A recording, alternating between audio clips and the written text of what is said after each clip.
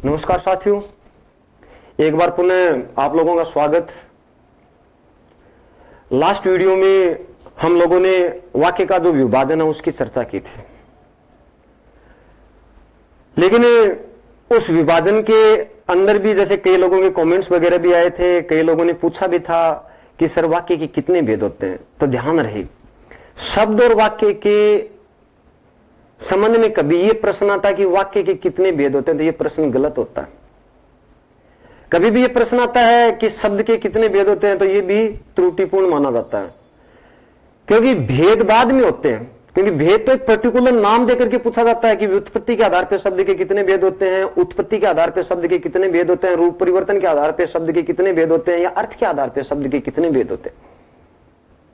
लेकिन अब हम लोग ये नहीं कह सकते कि शब्द के 4 भेद होते हैं।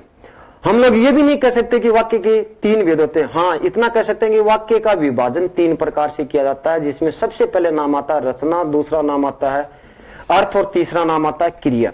जो चर्चा अपन ने पहले वीडियो में कर लिया, इससे जस्ट पहले जो वीडियो बनाया था उसमें हम लोगों ने इसकी चर्चा की थी। रचना के आधार पर अपन ने 3 प्रकार के वाक्य किए थे, और अर्थ के आधार पर हम लोगों ने वाक्य 8 प्रकार के किए थे, और क्रिया के आधार पर जो वाक्य हैं वो 3 प्रकार के किए थे। और आज जो लेकर के चल रहे हैं वो क्रिया के आधार पर वाक्य लेके चल रहे हैं।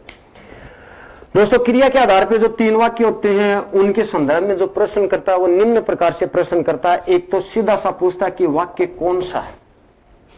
वाक्य दे देगा और ये कह देगा कि एक कर्तृवाच्य है, कर्मवाच्य है, एक भाववाच्य है। तो आज सबसे पहले 3 नाम जानने जरूरी हैं कि क्रिया के आधार पर जो वाक्य होते हैं वो 3 प्रकार के होते हैं। उन वाक्यों को वाच्य कहा जाता है, जिसमें पहला नाम होता है कर्तृवाच्य, दूसरा नाम होता है कर्मवाच्य और तीसरा नाम होता है भाववाच्य। तो यह हम लोगों ने बिल्कुल दिमाग में बिठा लिया कि भाई कर्तृवाच्य, कर्मवाच्य और भाववाच्य का कहीं भी नाम आएगा, वहां निर्धारण जो होगा वो क्रिया के आधार पे होगा। तो क्रिया के आधार पे जैसे पहला वाक्य है उसका नाम हम लोग ले रहे हैं कर्तृवाच्य, दूसरा जो नाम ले रहे हैं वो कर्मवाच्य, और तीसरा जो नाम ले रहे हैं वो भाववाच्य नाम ले रहे हैं, भाववाच्य। अब पहला जो प्रश्न निकलता है वो ये निकलता है, और जो अधिकांशतः एग्जाम में पूछा भी जाता है कि निम्न में से कर्तृवाच्य कौन सा है, या निम्न में से कर्तृवाच्य नहीं है। निम्न में से कर्मवाच्य कौन सा है, कर्मवाच्य नहीं। निम्न में से भाववाच्य कौन सा और भाववाच्य नहीं है, या भाववाच्य की पहचान कीजिए। तो एक तो सीधा सा वाच्य का प्रश्न किया जाता है।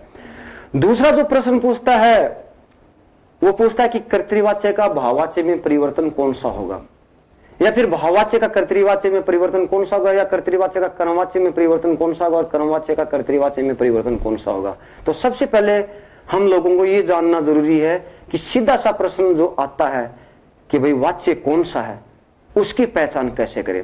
तो सबसे पहली पहचान मैं आप लोगों को बता रहा हूं, बिल्कुल दिमाग में आप बिठाइए। हिंदी में कारक होते हैं, जिनमें पहला कारक है वो कर्ता कारक होता है, और दूसरा जो कारक है वो कर्म कारक होता है, तीसरा जो कारक होता है वो करण कारक होता है। ये बात सब लोग जानते हैं। अब जो कर्ता कारक होता है उसका चिन्ह जो होता है वो लुप्त होता है या फिर निचिन होता है। कर्म को एक बार छोड़ दो, और करण कारक है उसका चिन्ह से भी होता है, द्वारा भी होता है, से द्वारा भी होता है, रे द्वारा भी होता है, ने द्वारा भी होता है। तो कहने का मतलब ये कि द्वारा अर्थ होता है, चाहे उसके साथ में से लगा हो, चाहे के लगा हो, चाहे रे लगा हो, और चाहे ने लगा हो। अब द्वारा अर्थ कहीं भी आ जाए तो आप ये सोच लो कि द्वारा अर्थ आ गया तो वहां कभी भी कर्तृवाच्य नहीं होगा। वो कर्मवाच्य भी हो सकता है, वो भाववाच्य भी हो सकता है। अब एग्जाम में जैसे मान लीजिए 3 वाक्य बता रहा हूं, 3 वाक्य ध्यान से सुनिए और कॉपी पेन साथ में उठाइए। कॉपी पेन साथ में रहेगा तो ही याद होंगे, नहीं याद नहीं होंगे। हाँ, बिल्कुल आपको ऐसा जरूर लगता जाएगा कि हाँ मेरे याद हो रहा है, याद हो रहा है, लेकिन जैसे ही वीडियो खत्म होगा सब बराबर हो जाएगा। तो सबसे पहले जैसे मान लीजिए हमारे सामने वाक्य आया कि राम द्वारा हंसा गया, सीता द्वारा समाचार पत्र पढ़ा गया,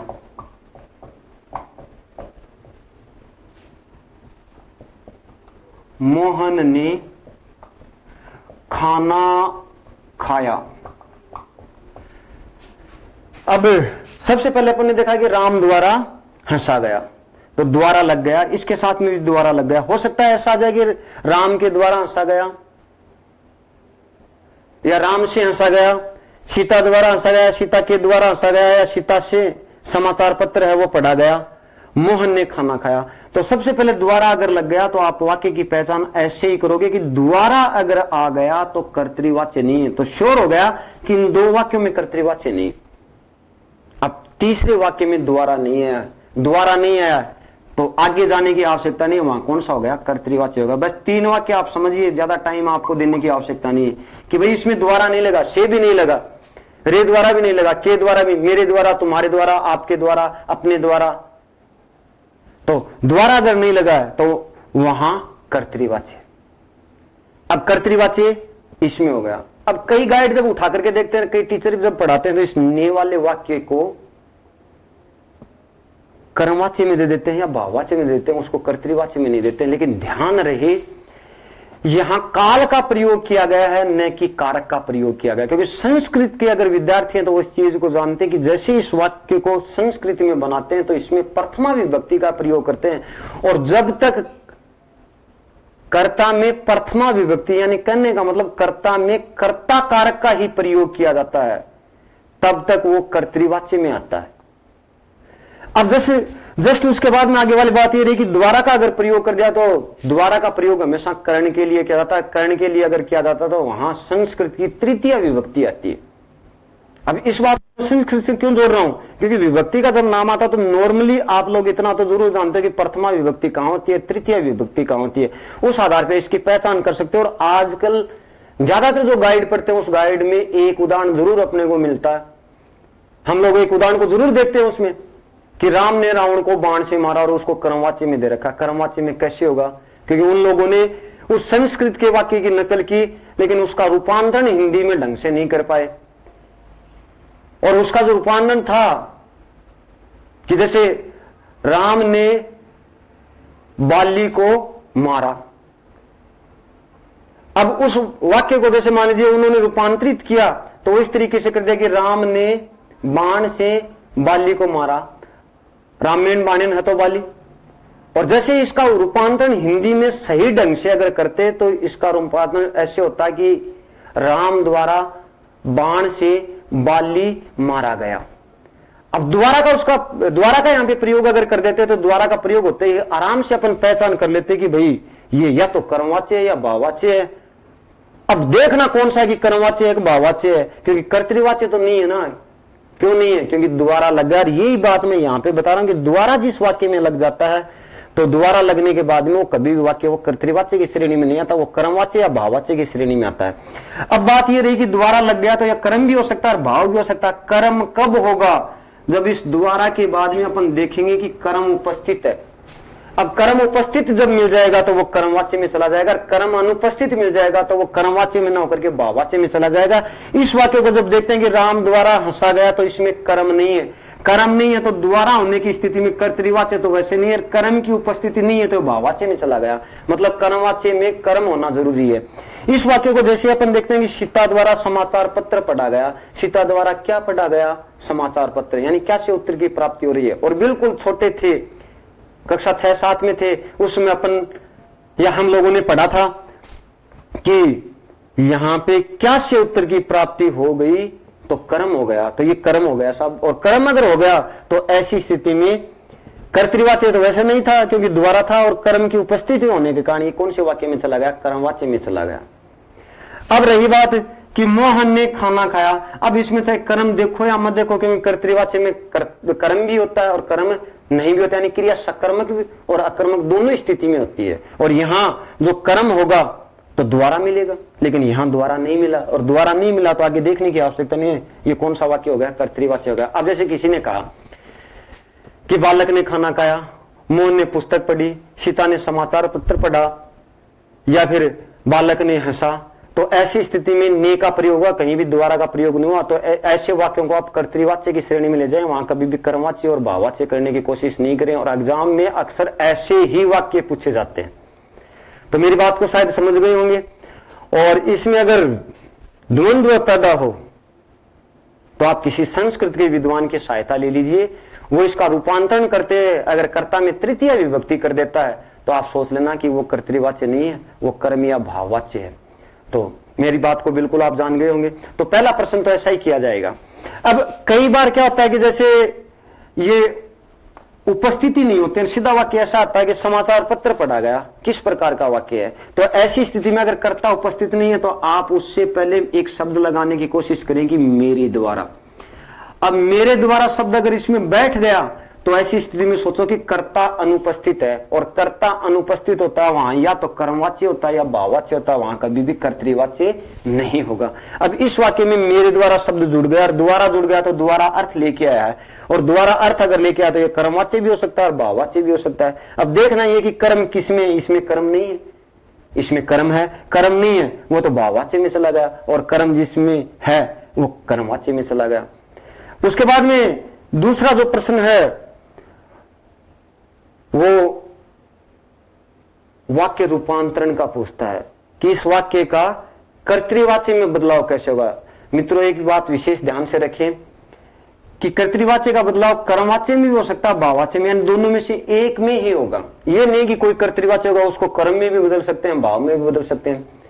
कर्म में उसका बदलाव कब होगा, जब कर्तृवाच्य में कर्म होगा यानी क्रिया सकर्मक होगी, और भाववाच्य में बदलाव कब होगा, जब उसमें कर्म नहीं होगा यानी क्रिया अकर्मक होगी। तो अकर्मक क्रिया से बनने वाला वाच्य जो होता है वो भाववाच्य होता है, और सकर्मक क्रिया से बनने वाला वाच्य वो कर्मवाच्य होता है। और अकर्मक और सकर्मक दोनों क्रियाओं से बनने वाला वाक्य कौन सा हो सकता है, कर्तृवाच्य हो सकता है। अब आगे की बात अपन देखें कि अगर वाच्य का रूपांतरण मतलब वाक्य को पूछ ले कि इसका बदलाव कीजिए। एक वाक्य हमारे सामने आ गया कि बालिका द्वारा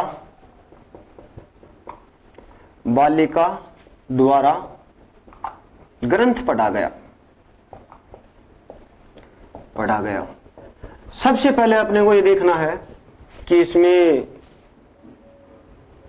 कर्ता के साथ क्या लगा, द्वारा लगा है तो कर्तृवाच्य नहीं है साहब, या तो एक कर्मवाच्य है और या फिर कौन सा वाक्य है, भाववाच्य है। ये कर्तृवाच्य नहीं हो सकता क्योंकि द्वारा लग गया। फिर उसके बाद में और स्थितियां अगर देखना चाहो तो आप देख सकते हो कि क्रिया हमेशा कर्मवाच्य और भाववाच्य में संयुक्त मिलेगी। कुछ व्याकरण है जो मार्केट में प्रचलन में चल रही है, कुछ गाइड है जो मार्केट में प्रचलन में चल रही है, उसमें भी दे रखा कि अकर्मक क्रिया से बनता है, नकारात्मक क्रिया होती है वो भाववाच्य होता ना, ये भी गलत है। तो इस वाक्य को पहचान तो लिया अपन ने कि सीता के द्वारा क्या पढ़ा जा रहा है, ग्रंथ पढ़ा जा रहा है। ऐसी स्थिति में द्वारा अगर लगा तो ये भी हो सकता है, ये भी हो सकता है। यहाँ क्या से उत्तर की प्राप्ति हो रही है, तो कर्म मिल रहा है। कर्म अगर मिल रहा तो ये कर्मवाच्य हो गया, तो उस स्थिति में भाव नहीं हो सकता। अब इसका बदलाव जब आप करोगे तो इसको सीधा सा कर्ता कारक के चिन्ह में ले जाओ। कर्ता कारक, अब जैसे क्रिया है वो भूतकाल की है, और भूतकाल की है तो श्योर है कि इसके साथ में ने चिन्ह लगेगा क्योंकि क्रिया सकर्मक है। अब यहां बालिका और ने ग्रंथ और पढ़ा, अब ये वाक्य अपना बन जाएगा। ये वाक्य जैसे ही अपना बना तो अब देख लो कि इसके साथ में ने लग गया। ने अगर लग गया तो उस स्थिति में कर्म और भाव तो है नहीं, ये किस वाक्य में बदल गया, कर्तृवाच्य में बदल गया। अब बताओ गाइडों में जब दे रखा है कि कर्मवाच्य में है, कई व्याकरण में दे रखा है कि कर्मवाच्य में है, तो आप ये बताओ कि फिर इसका कर्तृवाच्य में बदलाव कैसे करोगे। तो कर्तृवाच्य में इसका बदलाव नहीं हो सकता। तो ध्यान हम लोगों को इतना ही देना है केवल द्वारा का। द्वारा किस किस के साथ में आता है, से द्वारा, ने द्वारा, के द्वारा, रे द्वारा, यानी कहने का मतलब कि हमें द्वारा मिलना चाहिए। द्वारा अगर मिल गया तो ही हम कर्मवाच्य या भाववाच्य करेंगे। तो इस तरीके के प्रश्न आते हैं। दूसरा जो प्रश्न है वो पारिभाषिक प्रश्न बनता है। मतलब आज जैसे मान लीजिए कंपटीशन की जो भी तैयारी हम करते हैं उसमें हम लोगों को कक्षा 3 से लेकर के 12 तक की जो ग्रामर है वो ग्रामर पढ़नी पड़ती है, और ये कक्षा 6 में वाच्य है वो वाच्य प्रारंभ हो जाते हैं। आज कक्षा 6 के बच्चों को भी सबसे पहले बिठा करके अगर पढ़ाया जाएगा तो उसे सबसे पहले इस वाच्य के बारे में बताया जाएगा कि भाई वाच्य है वो वाक्य का ही एक दूसरा नाम है या मूल नाम है जो क्रिया के आधार पे होता है, तो वो वाक्य नहीं होता, उसका नाम क्या हो जाता है, वाच्य हो जाता है। और ये 3 प्रकार के होते हैं, कर्तृवाच्य, कर्मवाच्य और भाववाच्य के रूप में। कर्तृवाच्य की जैसे ही अगर बात करते हैं तो कर्तृवाच्य में जो पारिभाषिक यानी परिभाषा वाला जो प्रश्न आता है उसमें ये होता है कि इसमें कर्ता प्रधान होता है, कर्ता प्रधान होता है। और क्रिया जो है, क्रिया उसका लिंग, क्रिया का लिंग और वचन किसके अनुसार होता है? कर्ता के अनुसार होता है। कैसे? जैसे मान लीजिए मैंने कहा राम पुस्तक पढ़ता है, यहां पढ़ता है और राम है दोनों पुल्लिंग है। सीता पुस्तक पढ़ती है, सीता करता है स्त्रीलिंग है, पढ़ती है वो भी स्त्रीलिंग है, लेकिन किसी ने कह दिया कि राम द्वारा पुस्तक पढ़ी जाती है। अब ऐसी स्थिति में राम है वो अप्रधान हो गया, मतलब गौण कर्ता हो गया। एक बात और विशेष ध्यान रखें, एक मुख्य कर्ता होता है, एक गौण कर्ता होता है। गौण कर्ता जो होता है वो करण होता है, जिसको अप्रधान भी कहते हैं। मुख्य जो कर्ता होता है उसको कर्ता ही कहते हैं, और मुख्य जो होता है उसको प्रधान कहा जाता है। अब ऐसी स्थिति में मैंने कहा कि राम के द्वारा पुस्तक पढ़ी जाती है, तो पढ़ी जाती है वो क्रिया पुस्तक के अनुसार आ गई। अब राम है वो राम गौण हो गया, मतलब राम का प्रयोग हो वो करण कारक में कर दिया गया। सीता द्वारा समाचार पत्र पढ़ा जाता, पढ़ने वाली तो सीता है, लेकिन पढ़ा जाता कैसे आ गया? क्योंकि अब समाचार पत्र के अनुसार क्रिया आ गई। समाचार पत्र के अनुसार क्रिया आ गई तो समाचार पत्र कर्म है, और कर्म के अनुसार जैसी क्रिया आ जाती है तो उस स्थिति में हम कहते हैं कर्मवाच्य, मतलब इसमें कर्म प्रधान होता है, कर्म प्रधान।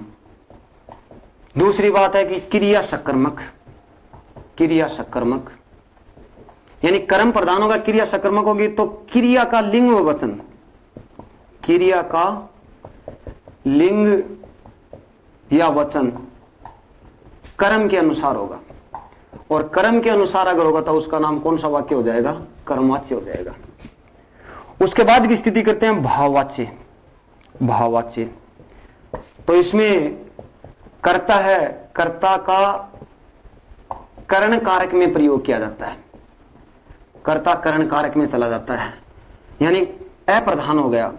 और अकर्मक क्रिया होती है, अकर्मक क्रिया, अकर्मक क्रिया, और पहली क्रिया के अनुसार ही दूसरी क्रिया का लिंग व वचन होता है, यानी इसमें भाव प्रधान होते हैं। तो परिभाषा ऐसे बना सकते हैं कि जिस वाक्य में कर्ता प्रधान हो, अर्थात क्रिया का लिंग व वचन कर्ता के अनुसार होता है, वो कर्तृवाच्य होता है।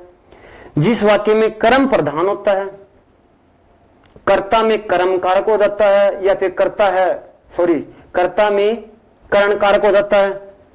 क्रिया हमेशा सकर्मक होती है, करण कारक होगा तो से द्वारा का प्रयोग होगा, और क्रिया का लिंग व वचन कर्म के अनुसार होता तो वो कर्मवाच्य है। तो परिभाषा कैसे बनाएंगे कि जिस वाक्य में कर्म प्रधान हो, क्रिया का लिंग व वचन कर्म के अनुसार हो, और कर्ता में करण कारक का प्रयोग हो, वो कर्मवाच्य कहलाता है। कर्मवाच्य में क्रिया सदैव सकर्मक क्रिया होती है। उसके बाद में भाववाच्य की पहचान अगर करें तो इसमें कर्ता है उसका तो करण कारक में प्रयोग कर दिया जाता है, क्रिया वो अकर्मक होती है, और भाव प्रधान होने के कारण पहली क्रिया के अनुसार ही दूसरी क्रिया का लिंग व वचन होता है, और इस आधार पे क्रिया के आधार पे वाक्य है वो वाक्य हो जाते हैं।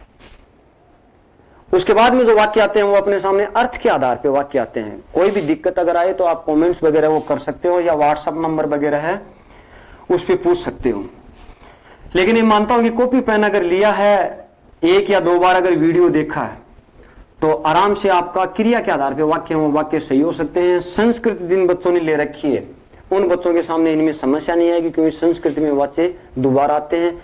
और ध्यान रहे हर कंपटीशन में 2 या 3 नंबर का प्रश्न इनमें से निकाल लिया जाता है, और खास तौर से उन बच्चों को भी दिखाएं जो कक्षा 6, 7, 8, 9 और 10 में पढ़ते हैं, क्योंकि वो बच्चे भी अगर इस चीज को सीखेंगे तो आगे आने वाले समय में यानी कंपटीशन में उनकी भूमिका शुरू से क्या मजबूत हो जाएगी, उनकी नींव वो मजबूत हो जाएगी। अर्थ के आधार पे जो वाक्य अपन ने किए थे वो 8 प्रकार की किए थे, यानी अर्थ के आधार पर, अर्थ के आधार पर वाक्य किए थे 8 प्रकार के। 8 में सबसे पहले मैंने याद करवाए थे आपको कि विधान बोधक या विधानार्थक कहते हैं। दूसरा जो वाक्य किया था वो अपन ने आज्ञा बोधक किया था, आज्ञा बोधक। तीसरा जो वाक्य किया था हम लोगों ने निषेध बोधक किया था, निषेध बोधक।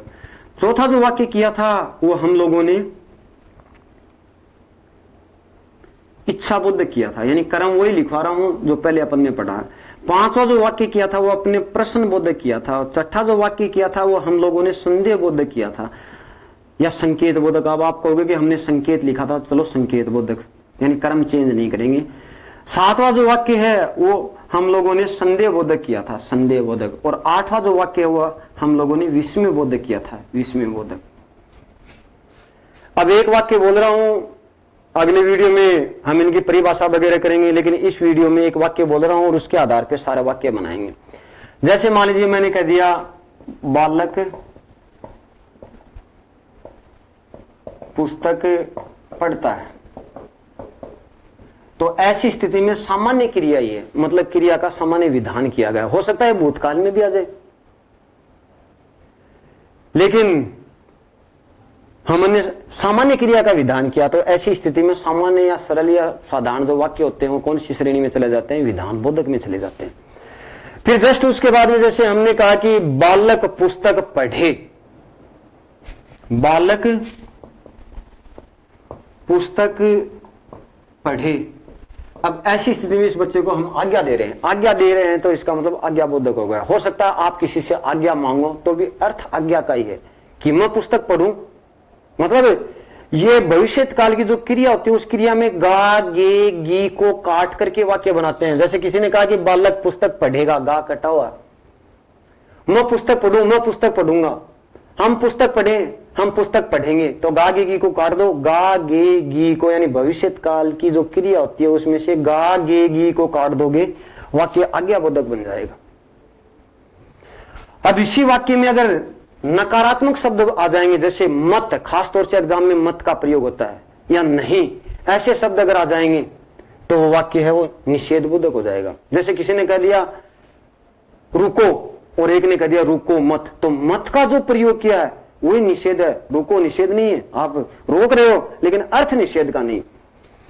अब जैसे बालक पुस्तक मत पढ़ो, अब देखो यहां पे क्रिया था ना, पढ़ोगे, गागेगी, काटा तो यहां भी है, लेकिन यहां मत जो शब्द आ गया, ऐसी स्थिति में ये निषेध बोधक हो गया। हो सकता है कि आप ऐसा भी कह सकते हो कि बालक पुस्तक नहीं पढ़ता है, तो नहीं पढ़ता ये भी किस में चला जाएगा? निषेध बोधक में। जहां भी किसी को आशीर्वाद दिया जाता है या किसी कार्य की इच्छा होती है या आशीर्वाद का भाव होता है, क्योंकि ये अपनी तरफ से नहीं बनाते हैं, ये हमें ईश्वर कोई इष्ट वगैरह देता है, तो ऐसी स्थिति में उसका नाम होता है इच्छाबोधक। और ध्यान रहे एग्जाम में सबसे ज्यादा कल्याण वाला शब्द आता है कि किसी ने कहा कि ईश्वर करे बालक पुस्तक पढ़ ले, अब ईश्वर का नाम आ गया इच्छाबोधक है।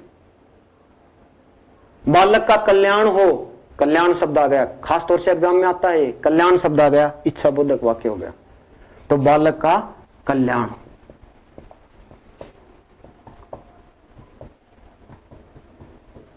या फिर हम लोगों ने ये कह दिया कि ईश्वर करे बालक पुस्तक पढ़ ले, प्रश्नबोधक, बीच में प्रश्नवाचक चिन्ह होना चाहिए, बालक क्या पढ़ता है, ये प्रश्नबोधक हो गया।